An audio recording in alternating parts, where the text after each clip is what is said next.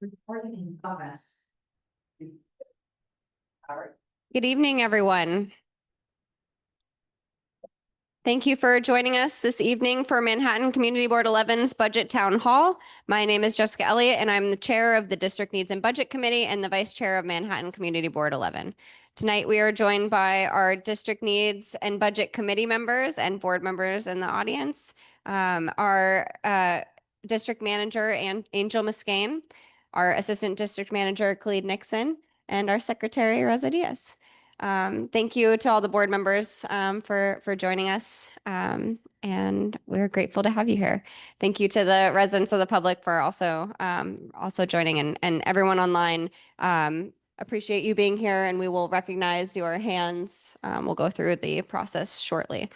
We are also honored to have with us a number of our elected official representatives, including Council Member Diana Ayala, who will be here shortly. Representatives from State Senator Jose Serrano's office online, and Assembly Member Jordan Wright, who's here with us in the room.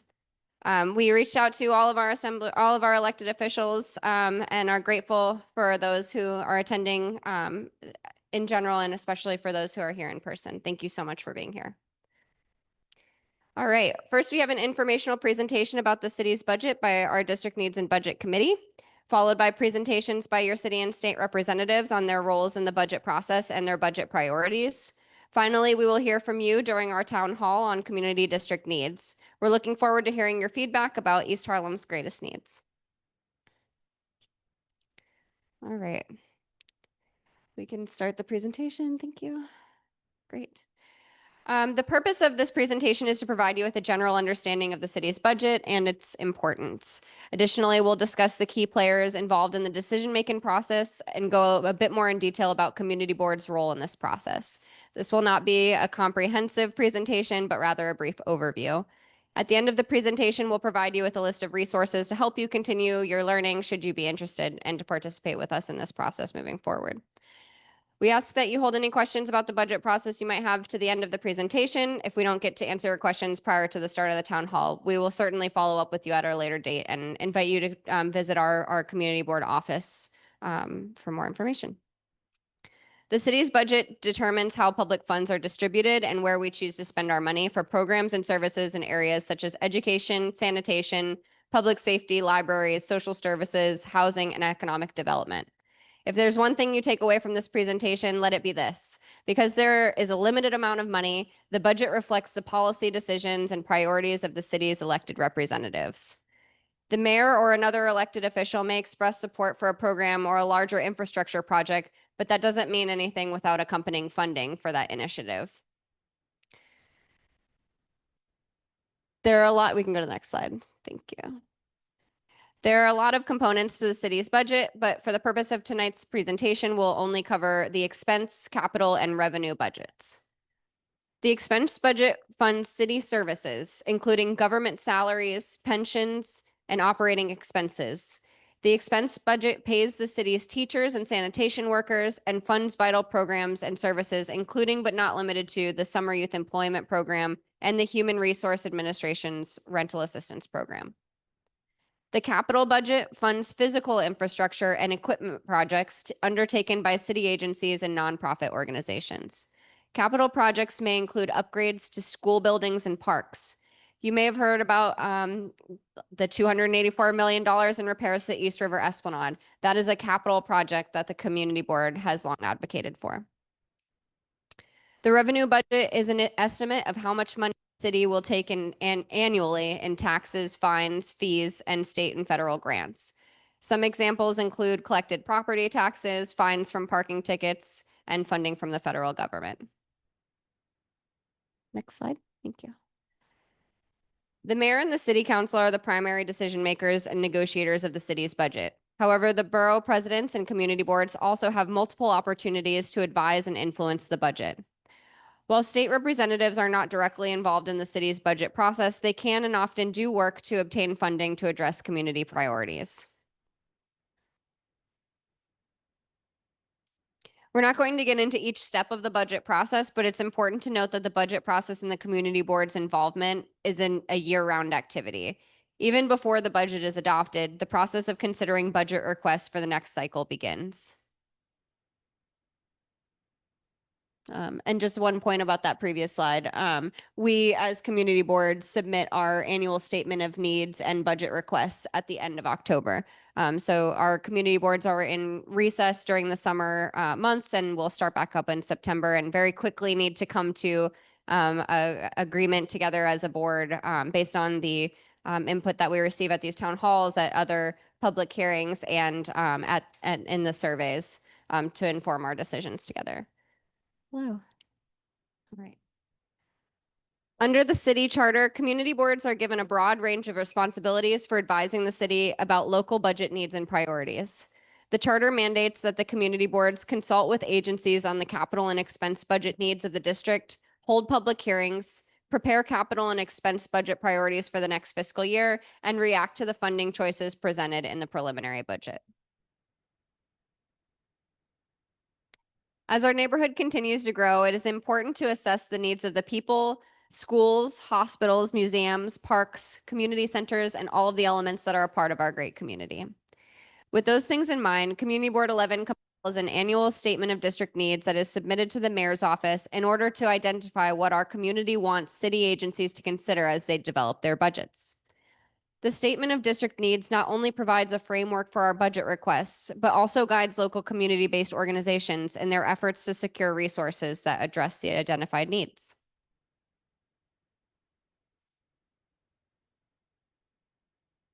Thanks. As mentioned previously, community boards formally develop and submit budget requests to city agencies and the Office of Management and Budget, or OMB, as the agencies begin preparing their next year's budget. Community boards are advised to submit 40 capital budget requests and 25 expense budget requests. That doesn't seem like a lot, does it? Requests should be informed by the board's assessment of district needs, and because we're limited in the number of requests we can submit, requests should be prioritized according to the level of need. Assessing community needs is one of the most important and useful activities performed by community boards in determining the district's services and budget requests. In order to ensure that the board's district needs assessments and budget recommendations reflect the concerns of the entire community, CB11 has formalized a public engagement strategy. At minimum, boards must hold 2 public hearings. The first public hearing is in September or October, prior to our submission in October, and the second is held after the release of the mayor's preliminary budget in mid-January. We're also collecting public input through our public input survey for community district needs. We have a survey in both English and Spanish.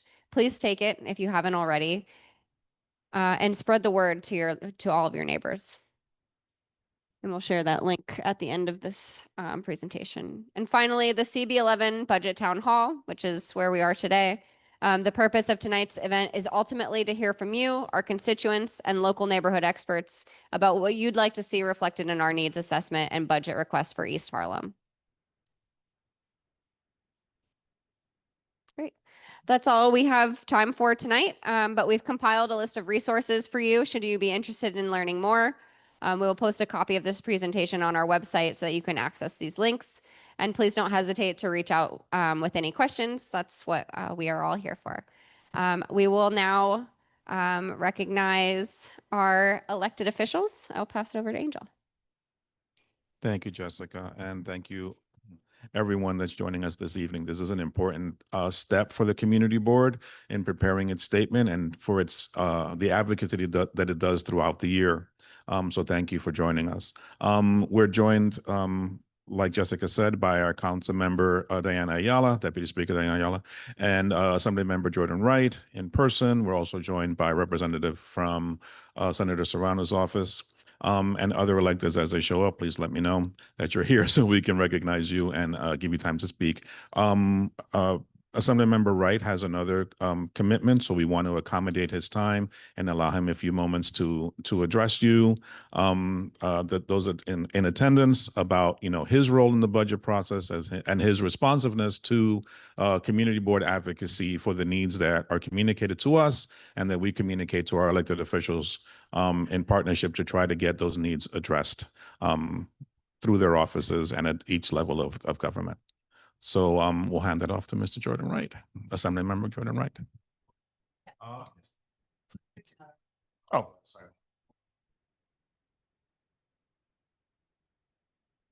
So on. Hello, hello. Hey, everybody. Good afternoon. Good evening. I'm Assembly Member Jordan Wright, and I represent the 70th Assembly District, which has a good 8 blocks somewhere in there. Riverton, a lot of that, where I grew up. And as a former member of this board, obviously a soft spot, and happy to be here right now. Keep it kind of brief. The budget process, as I've seen it, it's my first year in the Assembly. It was super interesting because the negotiation was very long.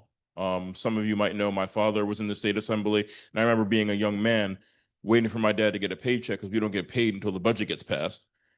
And I remember waiting until about literally September, October for him to get a check. So I didn't have to go through that this time in my first go around. So the governor puts in her budget around January 15th. And then from there, it's a lot of negotiating. It's supposed to get passed somewhere around, April. And then if it gets passed or not, that's when we're all having, a fun time or a not so fun time. When it comes to me in the budget, my first year, I thought a lot about what people in my community wanted to see, less so than what, I wanted to see in the community. Of people who came to me advocating for certain non-for-profits, certain entities that needed capital improvements. You come to me, you tell me you want it, I'll look into it, see if I can be helpful. That's really the main way I was looking at it. The people elected me, the people get to fund what they want to fund. And it was really kind of simple. I was given a certain amount of discretionary money, get to give it to certain non-for-profits. And, once we pass our budget, the city, gets to go through their process. You have a great deputy speaker, Ayala, who does a lot of good stuff. Am I allowed to talk about anyone else in this room? No, whatever. You know who I'm talking about. She's going to do a great job too. And look forward to working with all my partners in government. But whatever I can do normally on the state level, I'm always going to advocate for, what the community board says, because that's the most granular level of government. As I said, I got a soft spot because I was here for a long time. And I look forward to being a champion for, whatever community boards need throughout the city. So I'm going to shut up now. Thank you all so much. Thank you. Thank you. I appreciate you all. Of course. Yes. I think we can all hear her. I know. Okay. Sure. Sorry. Yes. They're here too. Hi. Jordan Wright. Nice to meet you. It's nice to meet you too, Tamika. What are you prioritizing for the 26th year, and how that will reflect to the 8 blocks that you represent? I'm prioritizing a lot of, youth sports because, I was an athlete growing up and that did a lot for me. So a lot of like youth sporting events, youth growth, academic stuff like that. That's stuff that's key to me. So a lot of, if you're doing anything with the youth, anything with academics, anything with athletics, I'm here to be supportive of that. Obviously everything else, but that's just what I have a soft spot for. So that's what I got. Absolutely. I have a bill in the state legislature, just to talk about it quickly, that distributes money from the sports gambling apps, FanDuel, DraftKings, et cetera, to have those be funneled. Right now, there's a 2%, it's a 1% allocation of those earnings that goes towards youth sports programming, and it's capped at something like $500,000, $5 million. Thank you. That's my chief of staff telling me what to say. And now my bill puts it up to 2% and it makes it a $20 million. That one I knew. So hopefully we can get that passed next session. And I will work with city council members to make sure that, the city understands that I'm not taking any money away from anybody. I'm just giving more money to more entities. So that's what I got. Thank you all so much. Now I'm done. Okay. Thank you all so much. And if you need me, my office, I'll say it a couple times, 212-866-5809. That's 212-866-5809. It's the Harlem State Office Building, 163 West 125th Street, 9th floor, Suite 911. Thank you all so much.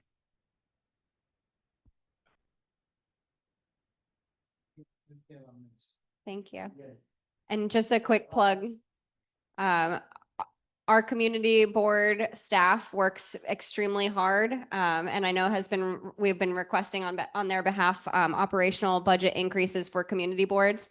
If we could give raises to Angel Muscane and Khalid Nixon and Marlene Pierre, that would be fantastic. Thank you so much.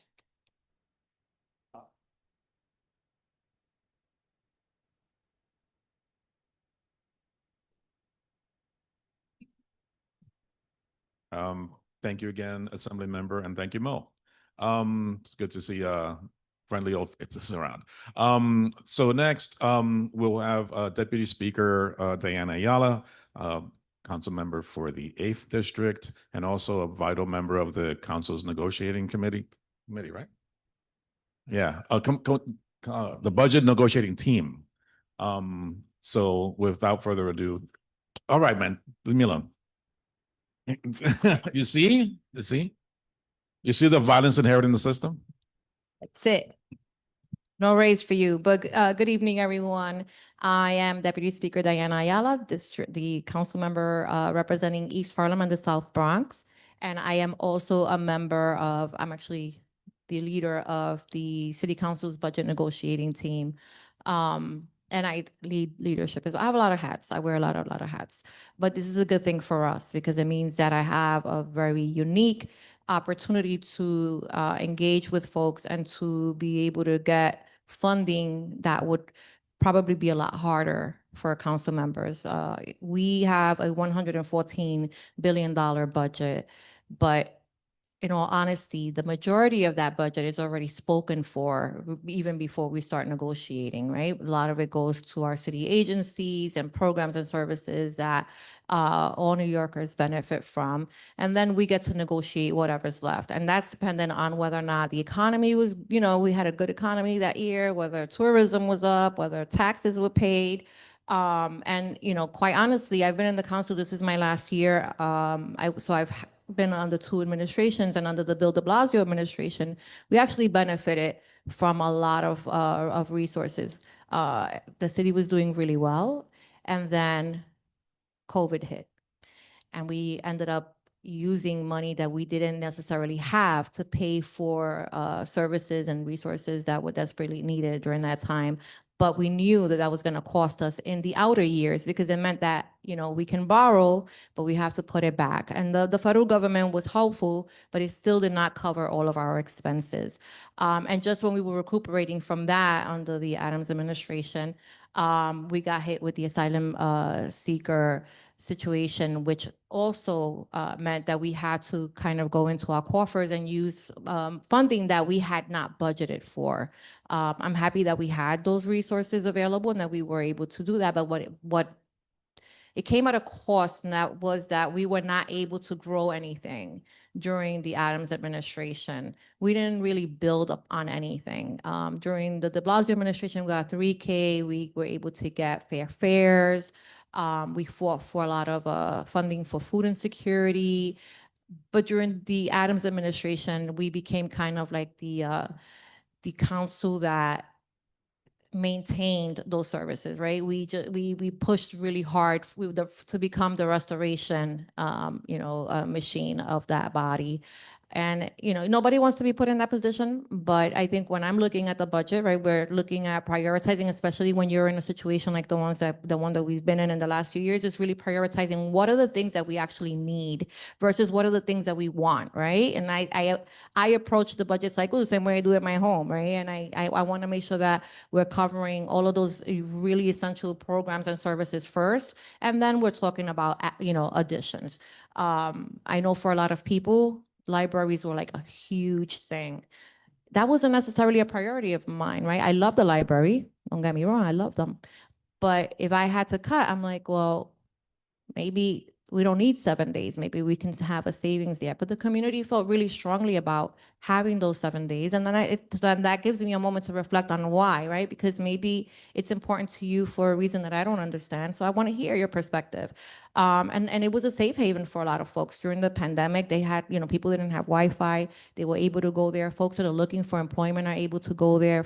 If you're trying to just find a cooling, center, and while you're reading a nice book, you can go to the library. So there has a lot of functions and a lot of reasons for why people felt so strongly about preserving those services. So, when situations like that arise, then it becomes, our moral obligation to then ensure that the funding is in place for that, and that we're, pushing back on the administration and their proposed cuts to those type of programs and services. I'm really, again, blessed. I've been on the budget negotiating team the entire time that I've been in the council. I didn't always lead it. I started, leading it as when I became deputy speaker. But being there is very interesting because you get to see the ins and outs of the budget process, but you also get to understand the restrictions. I think people just assume you have $114 billion that you're negotiating, when in actuality, it's not. We're not negotiating. We're negotiating a very small fraction of that because, again, most of it has been spoken for. So I focus primarily, on ensuring that those citywide programs and services, like this year, for instance, it was really important for me to fight for food insecurity funds. Our food pantries, I don't know if you've had an opportunity to see, but the lines have not gone down since the pandemic. They've actually, gotten longer. And a lot of on top of that, the cost of food has gone up. Now the federal government is cutting, funding. So it was really important that we fill in, those holes and ensure that our communities that rely on these services are able to get them. And that we wouldn't have to cut and ration whatever little bit we were able to obtain. Obviously, education is, also really important. So we've been, ensuring that we are adequately funding our public schools, that we are providing social services, bringing in social workers, clinics, promoting the community school models, so that children and families are getting more of a holistic experience in the schools. But I also fought locally for, some priorities of our own. I think in East Harlem, one that I've been really passionate about, and I think one where I've been the most successful, has been in fighting for funding for Metropolitan Hospital. The reason is because it's our only public hospital. It's been at threat of closure several times already, and we were able to negotiate through the de Blasio administration that it remain open. And on top of that, he committed, I think it was $53 million for just like infrastructure stuff. So this is kind of things you don't see, but people that we need. And so what I did was that we were able to then look at, well, what are the needs of the hospital where we can realistically plug in some funding, right? So if you go to Metropolitan Hospital, you realize that the MRI machine is in a mobile station parked in the parking lot. And so obviously that's not an appropriate place to have an MRI machine, but that's all they have. And so we were able to put in, several million to purchase a modular system that then is going to be, built into the existing building, so that people don't have to go to the parking lot into a mobile station to get an MRI. We've also funded a lot of upgrades to technology, equipment for heart surgeries, sonograms, eye care. Just because, again, I think that it is a public hospital, but if you compare it to Mount Sinai, for instance, you go to the Mount Sinai emergency room, it is like packed to the brim. Sometimes you have a layer of 5 rows of patients. They've expanded and they still cannot meet the demand. But so when I ask the communities, like, why are you not going to Metropolitan? And they're like, because when they walk in there and they see the conditions, and it's a beautiful, clean hospital, but when they see the equipment and they see all that old, technology and equipment, they equate that to poor quality health services being rendered there. And so they'd rather go to Mount Sinai. And so we need to change that because it's a great hospital. I go there, my mother went there, my husband goes there. But we need to make sure that we build the trust that the community needs. And that is only going to happen once they start seeing that there's a true investment into that hospital. This year we were fighting for, unsuccessfully till now, I'm on it. We were asking for more funding for the Esplanade. So we were able to get, again, I'm not very, very clear where we got the money from. We were able to get a little over 300 million from the de Blasio administration to do upgrades all the way up to 110th Street. Through the East Harlem rezoning, the community board and my predecessor were able to negotiate funding for the Harlem River Park part of it, which is a little bit further north. And then there was a smaller section that we were able to fund that is actually falling into the water and is gated in to fix now, which is, we're in the process of that. But then there were like 7 blocks that were left unfunded. And so we've been trying to get the funding for that. Another thing that we fought for this year was also the funding to get a new emergency room at Metropolitan Hospital, because the existing emergency room is only, I think it has a capacity of 25 patients at a time, which is really small. And if you go there, it hasn't been upgraded since the building was created many, many years ago. So they're sectioned off by rooms. So you don't, it's difficult to see the patient from where you are. It's just, it's in really rough conditions. And so that was, when I started having these conversations a couple of years ago, it was 65 million. We're now up to, I think, 100 million that's necessary in order to do that. So those are the kind of things, that I consider when I'm, fighting for funding. Unfortunately, all council members get the same amount of money, with the exception of the anti-poverty pot, which is, we get $100,000, and we get to designate that funding to programs and services that fight poverty.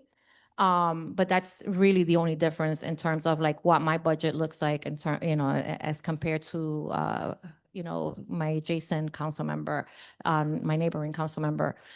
I don't think that that's a fair process, because my community has a lot more need than, let's say when, I remember when Ben Kalos was in office, he would call me every now and then. He would say, hey, I have an extra million. Do you need anything in your community? And I'm like, how do you have an extra million and I'm bursting at the seams, right? Like, that doesn't seem fair to me. But there's a more affluent community. They don't need the same things that we need here. And so, while I was appreciative, it also really opened my eyes to the disparities in the way that we assume that we're creating equity. Equity doesn't look the same for everybody, right? If we all started off, if you already had 3 slices of the pizza when I came in, and now you're splitting it between, us evenly, so now we're all only getting 1, that person they already had 3 to begin with, right? So it's not fair. And I think that that's something that should be evaluated, so that those resources are based on, population and on need. Another area where that comes up a lot is in sanitation, right? We get the same, we all pretty much get the same amount of funding, right? Except that there are some, so it's not the same. It's not the same. Let me take that back. If depending on how many blocks you have, right, and in that district, then that's how you're funded, right? It's based on the square footage of the area you're representing. So Julie Menon's district, for instance, has a lot more blocks than I do. So she gets more money for her community than we get for East Harlem. Yet we have a lot more density, a lot of social service issues, and a lot of, things that unfortunately create environments that are not, the most sanitized. And so I'm fighting to fix that, because again, it's an equity issue. Like, yes, she has more blocks, and I'm not trying to take any money from that district, good for her, for them that they don't need it. But we are as dirty as we were, 10 years ago, and we're supplementing cleaning services. So we're getting services from sanitation, plus we're putting in resources. I mean, out of every pocket, every time I get extra money, I'm putting in money so that we're, trying to keep up with the garbage. And we're still not making it done. If you ask anybody in this community, they will tell you, oh, they're not doing anything about sanitation. And I mean, we have the receipts of how far we've gone in terms of bringing in money for that. But that's an area where more equity is needed. And housing, obviously a lot of our funding and resources, go to helping to subsidize the creation of affordable housing, such as this building and the building next door. We were able to put in some resources, and I'm really proud of the work that we've done on the housing front, because it was one of the things that I really wanted to champion. And it wasn't just about creating, but also preserving some of our, public housing stock. Where I think that we failed wasn't the public housing, though. And we were able to do a lot for Michelamas. We were able to do a lot for the HDFCs. We were able to create a lot of new housing. But in terms of NYCHA, we are, in the middle of an administration that doesn't believe that city funding, resources should go to NYCHA, because that's the federal government's, responsibility. And in the interim, what's happening is that, people are living in situations that have become a public safety, a public health, situation. So I will give you an example. I was just at Washington, Gaylord White House. This is a senior building on 104th and 2nd. And I was door knocking, and one of the seniors was like, "Oh my God, thank you. I'm so happy that you're here. Could you come in?" I come in, and she says, "I need to show you something." She lives in a studio apartment with her husband, and she opens the closet, which is the only closet they have. It's a big closet, kind of walk-in closet, and it's full of black mold from corner to corner. Now, this is where all her clothes or her belongings are. She has to open and close all day. And then she takes me to the sleeping quarters, which is her living room / bedroom. And there's mold everywhere there as well. And she's been living like that for several years. And believe it or not, it's been 3 months and I still cannot get her out of that apartment. I have called everyone. It's been noted, but the building is going through a transition right now. It's becoming packed. And so because of that, everything is frozen. And so these type of transfers become more difficult. In the interim, people are dying. People are dying because we have the highest rates of asthma. We have, people in this community that have serious lung issues. The air quality in those apartments is just not, and those units are not habitable. They should not be on the market. So we have, pushed back on the administration and put in some funding so that they can restore like all of the warehouse units that they have, and do the mold remediation that's necessary. And we just were successful in fighting for, I think, 100 million, which sounds like a lot. When I was little, I thought it was a lot of money. It's not a lot of money to do immediate emergency repairs that are not necessarily big work, big jobs, right? Like we're not asking for elevators or windows, we're asking them to replace the refrigerators and the stoves that people are living without, putting in new sinks, new cabinets, fixing the floors that have become tripping hazards, changing the window if it's necessary, because now, you have an older adult that can't open or close it. Or there has a draft, so now the apartment is freezing in the winter. So these are the kind of things that I do that. And I want to thank the community board because they've also been really helpful in highlighting a lot of the conditions in the community. I think that there's a lot of commonality in the issues that they are fighting for and the work that we're doing. And, I benefit, I'm very lucky. I have a really good relationship with the board. And so we're able to communicate, efficiently what those areas of need are so that then we can be responsive. But there's still a lot of work to be done. We have tried to plug in as many of the holes, but there are many, many, many more that will need to be plugged in. And so hopefully, in the coming years, we can continue to do that work. And I hope to be someplace where I'm able to help advocate for it, because I love this community. It's my community. My kids went to PS 57, David Giordano, raised some of them, at the Children's Aid Society. And I want to see, and I want to live and see my community thrive. I don't want it to be, the place where people come to die because they can't breathe. I need people to live here comfortably, healthy, and long lives. And so we will continue to do what we have to on our end to do that. Oh, yes. So participatory budgeting, thank you, Elsie. Participatory budgeting is also one of the ways that we engage the community in the budget process. And so this was started by my predecessor and the Progressive Caucus.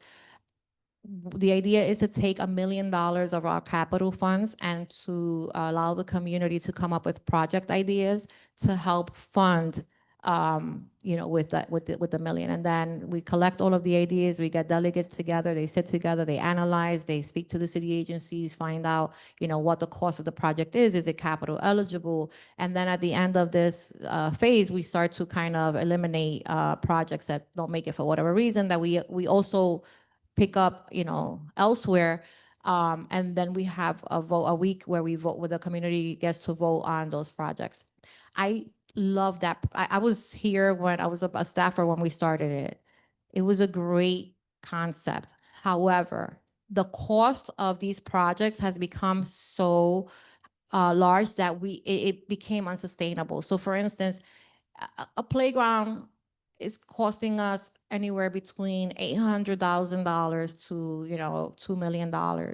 So it wasn't, those are the kind of projects that will come up in participatory budgeting. So I stopped doing it after the pandemic, and I said I can't, because I'm engaging all of these people into a process where they can't get anything funded. But then it occurred to Elsie and I this year, we were like, we would like to do it, but we want to make it youth centric. And so how do we engage the schools is a way to get the children to be civically engaged, while at the same time bringing awareness to what are the services that are needed in their school, in the community. They loved it. I mean, the little ones were fighting with us because they couldn't participate. So what they did was that they participated by going out and getting the word out on voting week. They're the cutest. They're like 5. They're so cute. But I think, it was more successful than we anticipated that it would be with the young people. And they were, before, when we were announcing the winning projects, they were already way ahead of us and planning for the new year. So we look forward to that as well. The community is still, able to identify projects via the website. But I think that, at least for my last year, I will be again focusing on the younger, community members to make those decisions. Yeah, I think it's a great way to start building leadership and engagement around, allowing our kids to take ownership of, the issues and the things in our community. So it was really cool.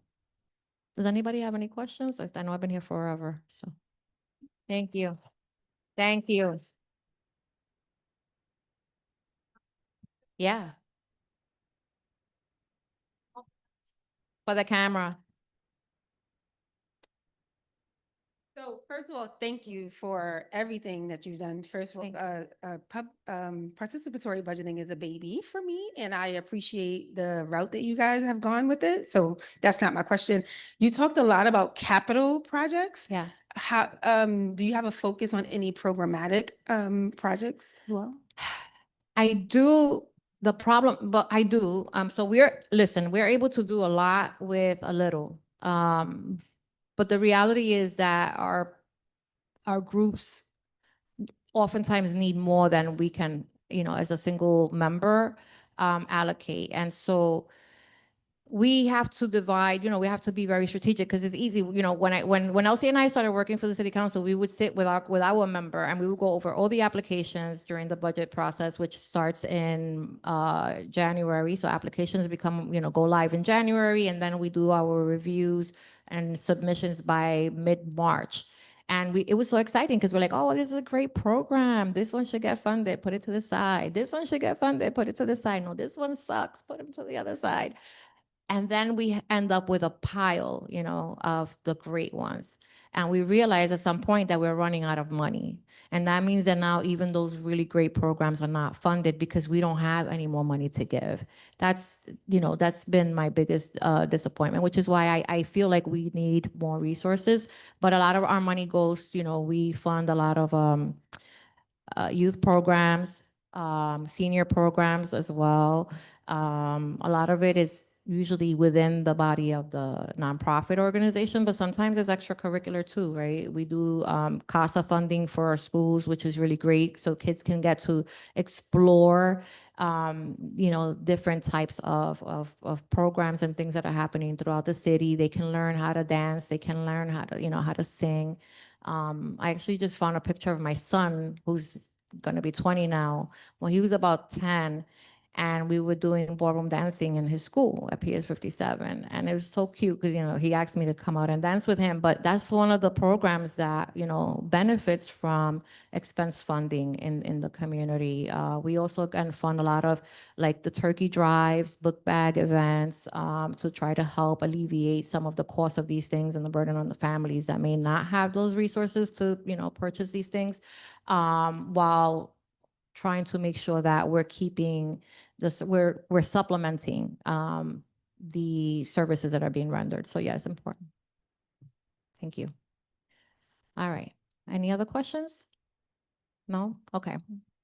Thank you. And the youth fair, yeah, we have a youth fair, we have a senior fair. We try to, again, we do a lot with a little. We try to get creative, and we've been very lucky. One thing that I forgot to mention, which was really important, was that during the pandemic, we right before the pandemic, I had heard for a while that there had been like $10 million that were allocated to, that were promised to East Harlem as part of the Pathmark construction project.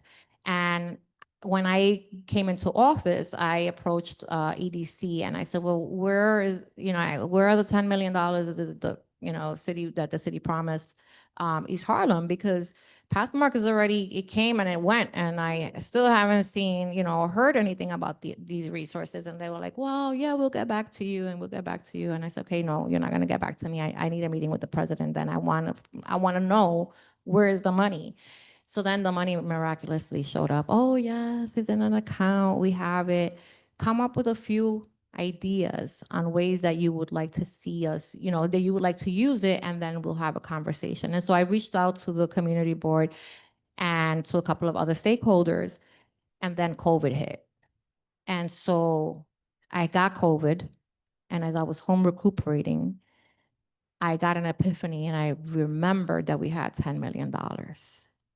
And that was like gold to us during the pandemic, because we were able to use that money to help our small businesses stay open. We were able to offer grants that they did not have to pay back, that would allow them, the aid that they needed to pay back rent that they couldn't pay because they weren't making any business, to keep the lights on, whatever those expenses were to them.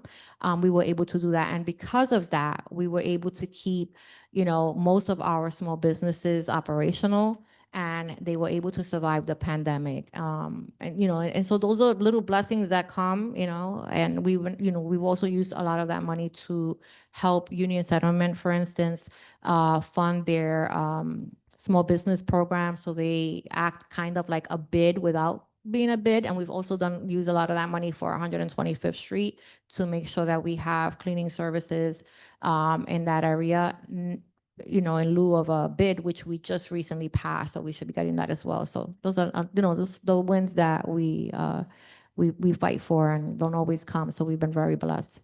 But thank you all for being here, and please, share and make sure that people in the community know that there is this opportunity to complete the survey, to provide feedback. I think people sometimes are shy or not, don't realize that it's them that we're asking to participate, right? This is our community. If you feel like we need garbage cans in a corner, say that. If you think that we need trees in another corner, say that. If your child goes to school and the school is not adequately funded in certain areas, then bring it up. I mean, I tell people, throw everything out in the air, because you never know what'll stick. And a lot of times when we get that information, we're able to, when money comes up, we're able to designate it, because now we remember, right, that it was brought up. Yeah, thank you for being here. No, of course. I'm Sage. I'm a community board member. Hey, how are you? Doing well. And I know you were trying to conclude just now, but No, it's okay. your mention of the Pathmark thing has me Yes. wondering, what is the future of the Pathmark site? So the Pathmark site has been split up. So Abyssinian sold it to Gary Barnett, and Gary Barnett wanted to develop it. We went back and forth on potential project ideas, and we just couldn't get to a place where I was willing to. The last proposal was called for a 72-story building, which I'm not interested in having on 125th Street. I was willing to negotiate more or less like the Taino Towers height, but that's not what he was interested in. So he inevitably ended up doing, making a deal with the MTA and sold. It's not half, but it's right.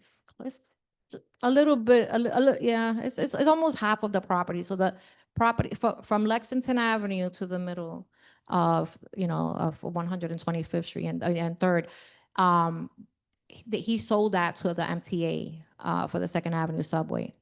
And then the site that he did have control over, he played with that a little and was going to develop it, and then decided that he wasn't going to develop it, and he sold it. So now there is a developer that is looking into, and I think came to the community board a while back to do a presentation on what they intend to build there. So it would probably be, it would be a as of right project.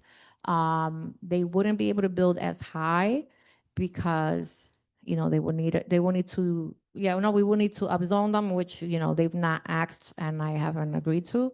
So they can't be any higher, I think, than 15 stories. It will be MIH, which means that there will be some affordable, but there'll be more market. And then the MTA site, the MTA at some in 10 years, right? Like they're going to be working there and making some sort of a new exit auxiliary space. But then there's going to be an opportunity to build there. And so they're interested in building housing. They've come to the city council. We're having conversations, and I think they've already filed with the city. They've been approved through city planning. But that housing wouldn't be coming to the community for like 10 years. They just are trying to get ahead of it now. So we're negotiating, right? Because the way that it works is we don't spot zone anymore. So we're not like doing like one corner. I mean, we do it if it was necessary, but we try not to. And in this case, what they're asking for would call for the entire block to be upzoned, which means that the part that is privately owned could potentially benefit from an upzoning that we are hoping the MTA, and only the MTA will benefit from, because it's space that we would have lost otherwise anyway, right? So we're trying to recoup it. So we're trying to figure out whether we do a spot zoning where we just upzone that corner, or we, then negotiate with the private developer and see what they want to do and what they'd like to offer the community, because there's no way that we're just going to gift, an upzoning to any developer just to do that. And are these developments going to happen within the next couple months, or are you, No. when you say are you talking about your successor? Yes. Yeah. I mean, so I will be voting on the MTA project before I leave. So that'll be done. And then we're working with MEC to, develop some of the on 125th Street between 2nd and 3rd. We're also in negotiations with the HPD to build some home ownership affordable home ownership units there as well. And I was working with a developer across the street on the west side of 125th and Lex, which is no longer mine. And he's going to be building housing there as well. So, which is really good for 125th Street, because it'll naturally and organically add I want to use a responsible word, but oftentimes when we're developing it, it leads to displacement, right? And we don't want to displace people. We want to build for the people that live here. But at the same time, I think it gives that community that energy, that boost that it needs to feel safer and cleaner and more welcoming to the folks that not only are living there, will potentially live there, or are, could become consumers of small businesses that we put in there. We do that correctly, right? That's an opportunity that we've missed for many years. People come and go through the Metro North, and no money stays in East Harlem. So, we're working on a lot of that, but housing usually takes a few years. So we do have a lot of projects. Stay tuned, they will come. I'm really excited that, hopefully Elsie will be in office and that she can see those projects through fruition. And I'll be back. Thank you. Thank you.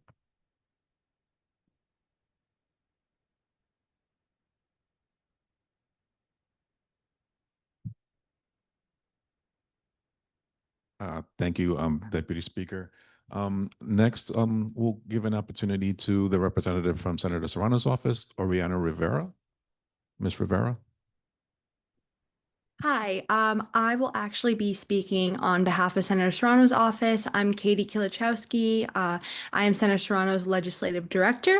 I am based in Albany, so I just wanted to thank you all for having our office join. I think this is a really important event for everyone to connect with their electeds' offices and, understand what we're doing up in Albany. So I wanted to start with just providing a brief overview of what the budget process is like in Albany, just in case anyone isn't really sure. So in January, Governor Hochul releases her State of the State address, which is when she kind of prefaces what the budget will include, what it'll look like, and then usually like a week or two later, she drops the executive budget. Now that's the first draft of what the state budget will look like. In February, we do the Senate and the Assembly independently meet, and they do a one house, which is basically what the legislature's priorities are for the year. And then everyone convenes, and in March, we start negotiations with hopefully the deadline of April 1st for the budget. This year, as other electeds had mentioned, did not happen, but that is usually the plan. So it's really important, even though the budget cycle is January to like April, to talk to your electeds year round to let them know what you want to see, what the priorities are. And a lot of how Senator Serrano, decides what he will be advocating for is based on his meetings and his staff's meetings, like me, Oriana, George, our chief of staff, hears from our communities. So, the senator is the chair of the Democratic Conference, as well as chair for Cultural Affairs, Tourism, Parks, and Recreations. So he really needs to know a lot about a lot of different issues, as well as what's going on in the district, which makes our office a little bit different because we are always looking at things from a district level, as well as an overview of what is good for the entire state. A few other things that he is active in is he sits on the Environmental Conservation Committee, the Women's Issues Committee, the Veterans Issues Committee, and a few other committees, which is kind of helps shape what he goes in for priorities. And then the way I mentioned this earlier, but the way that we shape our priorities is when we hear from groups. So to name a few of his priorities, he is working to, make New York affordable for the people who live here. Public safety, helping our hospitals, environmental conservation, housing, and of course, arts and parks. The cultural institutions are very, very important to him. And then just to name a few things that, our office is actively working on, Senator Serrano provided funding for Randall's Islands Nature Center. We're working on a sensory playground in the schoolyard at PS 112. And we provided funding for the Aguilar Library branch, which is hopefully opening this fall, which will be really, exciting for everybody. And then Senator Serrano, during this budget cycle, worked to expand the Empire State Child Tax Credit for 3 years. So that's really helpful. And if anyone has questions about that or anything I'm mentioning, please call our office. You can ask for Katie or whoever. We're all pretty knowledgeable about what's going on. And then specifically to aging, I know the community board has actually reached out to our office with concerns with helping our seniors. So a few of the initiatives that Senator has been supportive on and voted for are bills that promote aging in place, and that's through tax credits, increasing tax exemptions, increasing income thresholds, and supporting things like SCREE and DREE. And then moving on to a different issue, affordable childcare. The budget had, I believe, $2.2 billion for affordable childcare, which is a really record level amount, which was very exciting for our office. He's pushed for funding for the Housing Access Voucher Program, NYCHA funding for our Mitchell Llamas, the Homeowners Protection Program, which is free legal service to homeowners facing foreclosure. Again, if anyone has questions, please feel free to reach out to us. And then about some information about our legislation. Senator Serrano sponsors a bill that requires all EBT cards to have chip card technology. That's to combat the skimming problem that we are still seeing. We're hoping to push that eventually to, it always passes the Senate. We're hoping to see that gain some traction in the Assembly because there's so much support in both houses for it. And then lastly, to end on cultural affairs, Senator Serrano has a cultural districts bill, which would allow kind of like pockets of our cultural institutions, like museums, exhibits, and dance companies and stuff, to create cultural districts to apply for assistance, funding, and just try to draw in more of that tourism, which is always good for the economy. So that's all I have, I believe. Thank you. Any questions for Senator Serrano's office? If you could just use the mic. Otherwise, we won't be able to hear you. Hi, Katie. It's Tamika. Hi. I just wanted to know about the fair share for the average median income, where New York City will be able to separate the median income. Where do he stand on that bill? I do not, unfortunately, I am not sure where the senator stands on there. I will make sure to talk to him. I can drop my email in the chat, so you'll be able to follow up with me if that works. Thank you very much. Any other questions? Cleat, any online? All right. Thank you so much, Katie, and to your team for being here. We appreciate you dialing in from Albany. Absolutely. so Thank much. you for having me. All right. Now we'll move on to the town hall portion of this event, where we'll be asking anyone from the audience here to step forward and participate, and we'll also recognize anyone who is on virtually to also speak.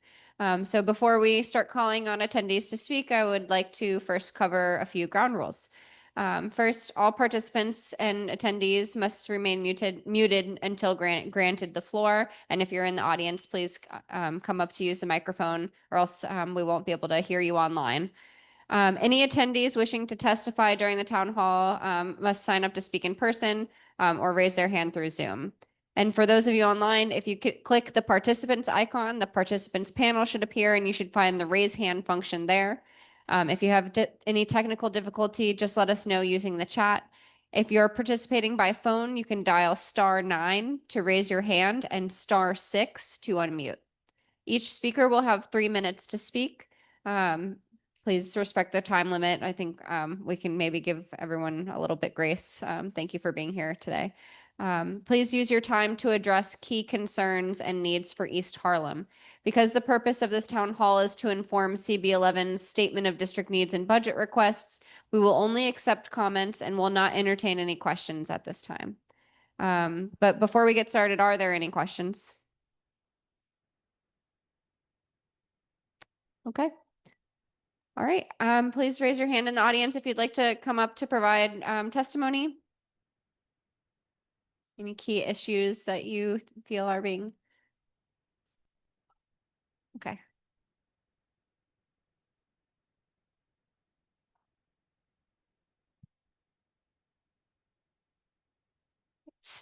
Please state your name for the record, and then we'll start the 3 minutes. Thank you. So I'm Tamika Mapp. So good evening, everyone. My name is Tamika Mapp. I'm here as a mother, a neighbor, and a district leader for Part D. I speak today with deep roots in East Harlem and deep concern for our future. Every day, families in our district walk past open-air drug use and discarded syringes on sidewalks meant for children and elders. This isn't just a public safety issue, it's a public health crisis. We need harm reduction efforts that go beyond parking a van on the block. It's not enough to just show up. We need active outreach that clears used needles, engage people directly, and connects them to care centers. These are life-saving interventions, and they must be matched with real investment in mental health and substance use treatment. Everyone deserves to walk down a street that feels safe, cared for, and dignified. And housing is the heartbeat of equity. Our families deserve homes they can actually afford. Hold on. Not lotteries that feel rigged or developments that price us out. Let's invest in deeply affordable housing, not just income tier units, and prioritize people over profits. Housing is a human right, and our district must be a leader in making that real. East Harlem is resilient, but resilience shouldn't be our only survival strategy. We deserve clean streets, safe spaces, and a roof over every head. I urge Community Board 11 to push forward bold, community-rooted solutions that reflect the lived realities of this district. Thank you.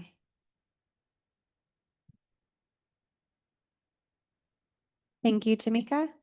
Is anyone in person would like to make a public statement for the town hall? Any priorities that you feel are important in your block, or please come forward. Excellent. And if you could please state your name for the record. My name's David D'Alessio. I've been a resident of East Harlem for 12 years now. No, much longer than that, actually. I can't even remember how long. And I haven't prepared any statements. I wrote into the board before this meeting, so I hope you received that email. But I want to echo Tamika's concerns about my neighborhood, because I live in that arena of 125th Street and Lexington. And the concerns that I have are exactly identical to hers. East Harlem has to be a livable place. It has to be a place where people want to come. They have to be able to walk through streets safely.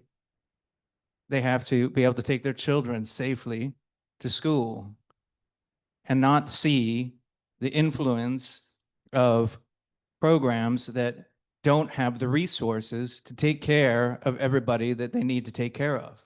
And we don't have that right now. And among those concerns I've delineated in my email to you were sanitation, health and human services, mental services, homeless services, and most importantly, fair housing.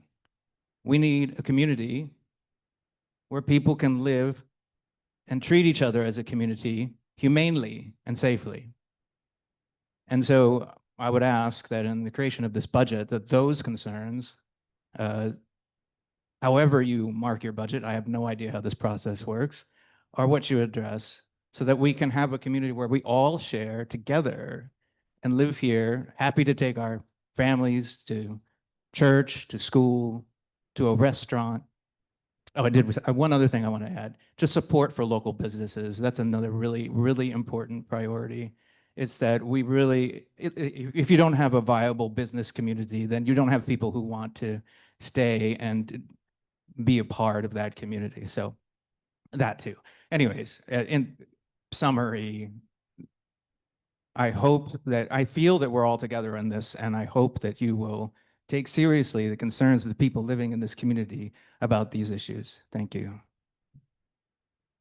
Thank you very much. Please come forward.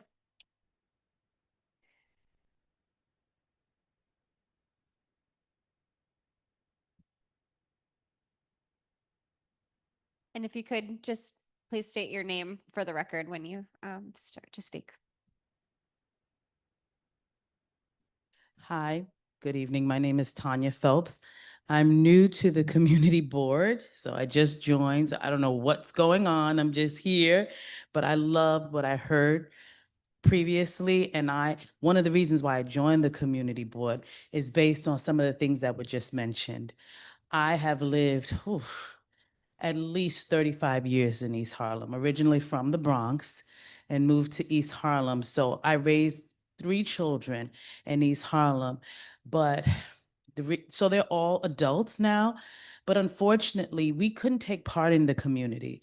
I really can say I didn't raise my children in East Harlem. We lived here. They didn't go to school here. Well, my last daughter, who is adopted, and she went to school in East Harlem just for a short amount of time. Lovely school, Central Park East. And so love that school. But out of the 3, she was the only one who had a touch of an East Harlem experience.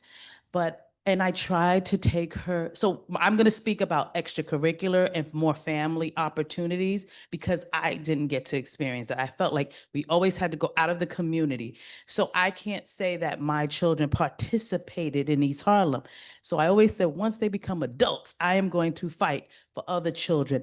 I even tried to take my daughter, there was a dance program near 125th in Lexington, a free program, was wonderful. But excuse me, I stopped taking her because of all the drug people. And that's when they had the cans and all.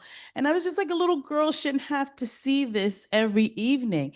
And that's just, and so I literally stopped taking her, not because the program wasn't good, but it was the visual. She was scared. She was holding on to me as we waited for the bus. And I was like, this is just not going to work. So again, I had to go out of the community and find extracurricular. So I just want to state, I am new to the community board. I feel like almost I'm new to the community because I lived here, but I couldn't experience anything in this community for my children. So I have a 32-year-old, 28, and now a 20-year-old. And this, the youngest one got Central Park East, and that was it. And then after that, they have no other experience. So I want to make sure other children and other families can have a different experience than we had. So that's what I'm saying. Thank you. Is there anyone else here in the audience that would like to give a statement today? Go ahead.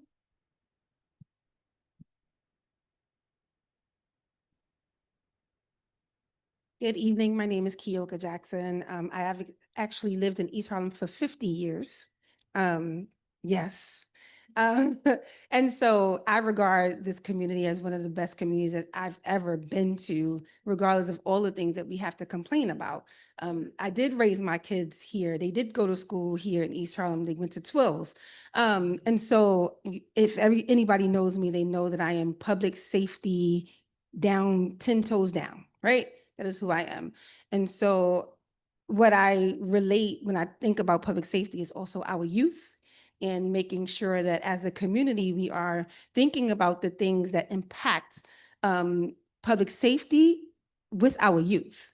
And so thinking about the programmatic things that also help steer our young people in the right way, but also making sure that when we are thinking about funding, that we are thinking about accountability for these programs that say that they do A, B, and C, and that they are out there for this, that, or the other, and that we are, as a community, being watchdogs and making sure that they are doing that stuff. And I want to make sure that I say that I didn't have those issues. My daughters both are, one is an FDNY firefighter and the other one is a nurse at Mount Sinai. But it was because I took advantage of things and made sure that the programs that they went to were doing the things that they said they were going to do. But I also was a parent that was there and upfront and, not a part of the community board as yet until now, but speaking up for the things that I felt that they needed to do better. And I think when we're thinking about funding, also gears and ensures that the resources and that the services match what they say that they're going to do, but we also have a responsibility as community members to hold those individuals and those programs accountable. So I think we also need to start thinking about not just the huge programs that we have in the community, because I love Union Settlement. I love Children's Aid Society, absolutely. But there are some smaller programs that have that are willing to do the work that some of the programs have gaps in. And so we need to begin to think about those smaller programs that can fill those gaps of what the larger programs are not able to do.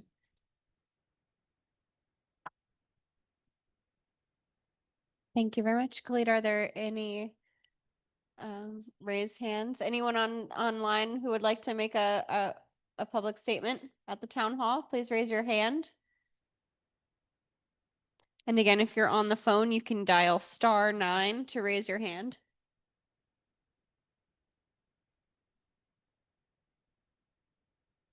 No? All right. Last call for anyone in the audience. I did tell board members that we're focusing on the community members at this time, so appreciate. I know that all of our long-standing board members probably have a lot of things that they want to say as well, but we'll save that for the work in our committees. We do invite everyone here in this room. We talked a little bit about land use actions. Our land use landmarks and planning committee moves forward a lot of those processes in the community board. We have a number of committees. There's pamphlets in the back of the room here that describe the breadth of the community board. So we talk about everything from housing to environment, open space and parks, district needs and budget, economic development and culture, health and human services. So these meetings will start back in September, and they will run all the way through June of next year. Every month, each committee will meet, except for a handful of committees like district needs and budget. They won't necessarily meet every month. And then every month, additionally, we will have a full board meeting, which is where all of those committees come together, and we will take the committee actions and vote upon them as a full board. We entertain public comment. We bring in elected officials to speak and to answer any questions that the community might have. So encourage you, if you're not aware of the community board's processes, that you get involved so that we can hear from you and do our work better. And if you're really, really passionate and want to get involved, I encourage you to apply for community board membership. We're always looking for people who are know what the community needs to get involved with us and to do the work with us. We're 50 volunteer members, and we're doing everything that we can with the support of our lovely staff, who we couldn't pay enough to do everything that they do for us and for the community. So thank you so much for being here. Just a last check for any final hands. And thank you for your time. I hope you all have a wonderful evening, and we have a full board meeting next Tuesday. Where? At El Museo at 6:30 p.m. at the Museum of the City of New York. If you would like to join, please go to CB11M .org for our calendar. And we also are doing our chair of Environment, Open Space and Parks Committee. They organize every summer parks tours that go throughout the district. The last couple of years, we've been to every park in the district, and then subsequently we went to every community garden in the district. So we're coming back around to our parks, and I think it was a really great way for people to see the different parks and community gardens available in the neighborhood, and to understand the community needs within those parks. And it helps us to have the conversations we need to have with the Parks Department. And when we get aligned on those, we are much more successful in our requests. So the next Parks tour will be July 26th, and this Saturday, and that will be meeting at James Weldon Johnson Playground at 176 East 115th Street. And you can find that at 10:30 in the morning.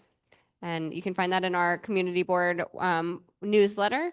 And please sign up if you haven't signed in already. And we look forward to seeing you and continuing to do our work together. Thank you all so much.